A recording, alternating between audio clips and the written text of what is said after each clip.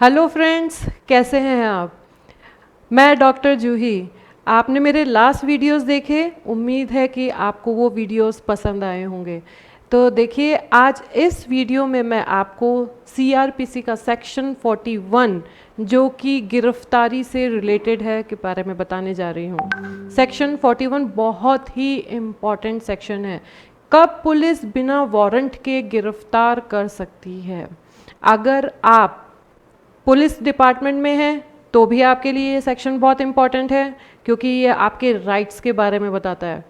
और अगर आप एडवोकेट हैं तब भी आपके लिए इम्पॉर्टेंट है, क्योंकि आप तो खुद ही कानून के रखवाले हैं, तो आपको तो जानना ज़रूरी है। और अगर आप आम आदमी हैं तब भी आपके लिए ये सेक्शन इम्पॉर्टेंट है, क्योंकि आपके राइट्स ही आपको पावर देते हैं। तो आपको अपने अधिकारों यानी राइट्स के बारे में जानना बहुत ज़रूरी है।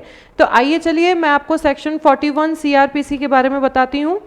सेक्शन 41 पुलिस कब बिना वारंट के गिरफ्तार कर सकती है, इसे दो पार्ट में डिवाइड किया है। सेक्शन 41 का क्लॉज 1 और सेक्शन 41 का क्लॉज 2। सेक्शन 41 का क्लॉज 1 में भी कई पॉइंट्स हैं जो मैं आपको एक के बाद एक डिटेल में बताऊंगी। सेक्शन 41 का क्लॉज 1 कहता है कि पुलिस बिना वारंट के गिरफ्तार कर सकती है। कब? अगर उन्हें ये इंफॉर्मेशन मिलती है कि कोई व्यक्ति कॉग्निजेबल ऑफेंस यानी संज्ञेय अपराध में लिप्त यानी इन्वॉल्व है। मैंने आपको लास्ट वीडियो में कॉग्निजेबल ऑफेंस के बारे में बताया था कि कौन से होते हैं कॉग्निजेबल ऑफेंस, जो कि सीआरपीसी के शेड्यूल 1 में लिस्ट दी गई है कि कौन से ऑफेंस कॉग्निजेबल है, संज्ञेय है, और कौन से असंज्ञेय यानी नॉन कॉग्निजेबल है।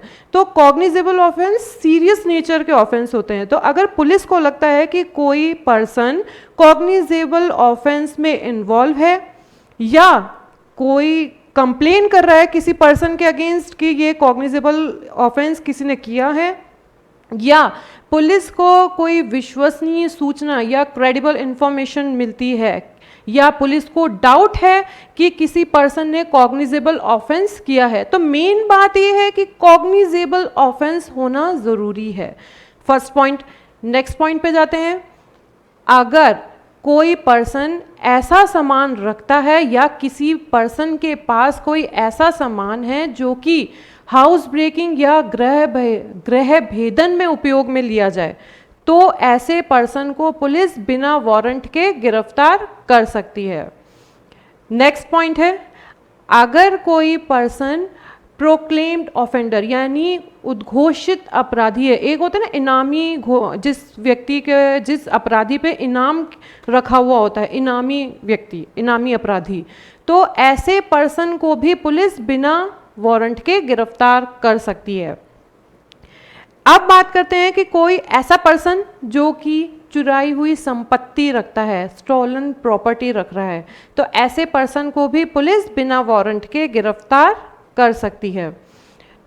एक ऐसा पर्सन जो कि पुलिस की ड्यूटी में प्रॉब्लम क्रिएट कर रहा है, यानी पुलिस जो काम कर रही है उसमें बाधा पहुंचा रहा है, या फिर निकल भागा अपराधी है, पुलिस कस्टडी से निकल भागा है या निकल भागने का कोशिश कर रहा है, तो ऐसे पर्सन को भी पुलिस बिना वारंट के गिरफ्तार कर सकती है।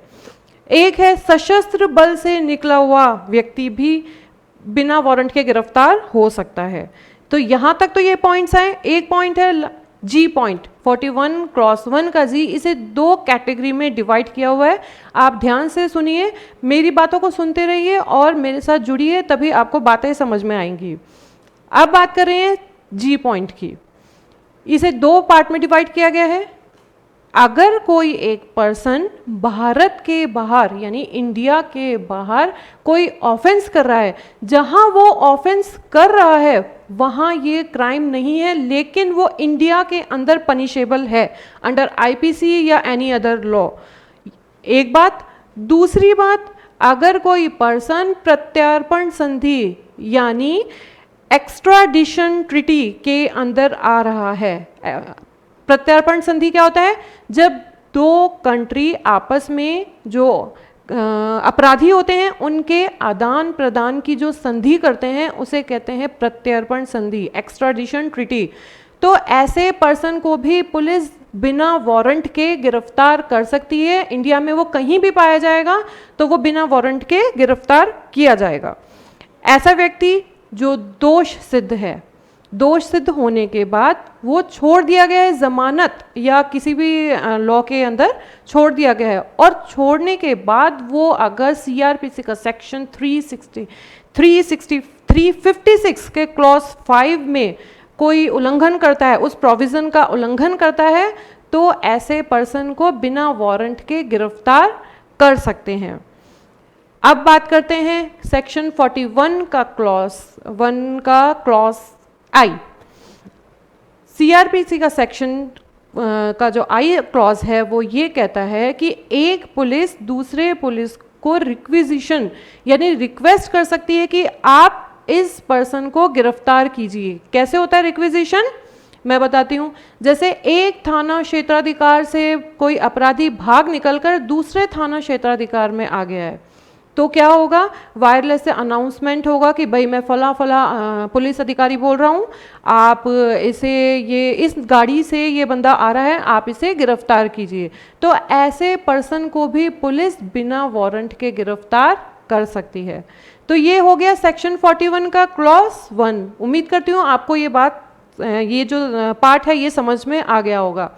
अब बात करती हूँ सेक्शन 41 का क्लॉज 2, जो ये कहता है कि सीआरपीसी का सेक्शन 109 और 1010 के अंदर आने वाले अपराधियों को भी पुलिस बिना वारंट के गिरफ्तार कर सकती है। अब आप सोच रहे होंगे सेक्शन 109 1010 क्या है।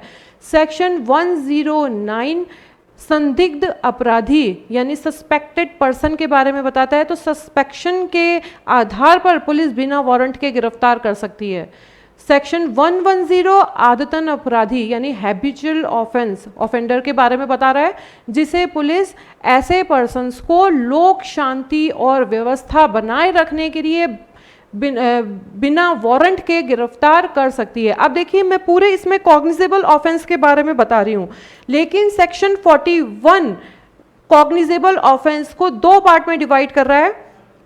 कॉग्निजेबल ऑफेंस, एक तो वो ऑफेंस जिसमें जो दंड यानी पनिशमेंट 7 साल से कम के है, और ऐसा है ना क्राइम जिसमें 7 साल से ज़्यादा का पनिशमेंट का प्रावधान है। तो इन सभी मामलों में पुलिस बिना वारंट के गिरफ्तार जब भी करेगी, पुलिस को यह लिखित में कारण बताना होगा कि हमने किस कारण से पुलिस इसको बिना वारंट के गिरफ्तार किया है। तो मेरा सेक्शन 41 जो मैं आपको बता रही हूँ यहीं पे ख़त्म होता है। उम्मीद करती हूँ कि आपको मेरा ये वीडियो पसंद आएगा। Thank you.